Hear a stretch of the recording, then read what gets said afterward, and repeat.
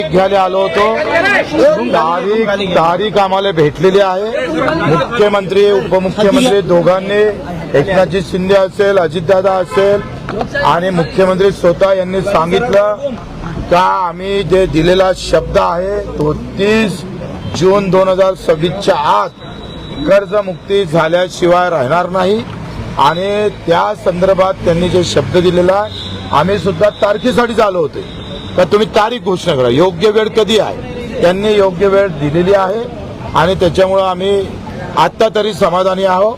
बाकीच्या सगळ्या संदर्भात त्यांचा आम्ही आभार मानतोय। मेंढपाळाच्या बाबतीत सुद्धा त्यांनी जागा देण्याचं कबूल केलं। मेंढ चाऱ्यासाठी आमच्या अपंग दिव्यांगासाठी बाकी मुद्द्यासाठी सगळ्या चर्चा होणार आहे। प्रत्येक मिनिस्टर सोबत चर्चा होईल। ग्रामपंचायत कर्मचाऱ्याच्या वसुलीच्या अटीबाबतही निर्णय झालेला आहे। ह्या संगणक परिचालकाबाबतही निर्णय झालेला आहे।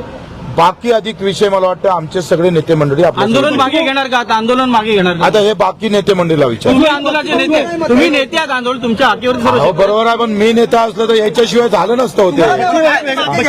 तुम्ही म्हणाला की श्रीमंत जे सदन शेतकरी आहेत त्यांना कर्जमाफी देऊन द्या किंवा आता मला कर्जमाफीची गरज नाही आहे। बच्चू कडू म्हणून मला 70,000 रुपये मानधन भेटतं।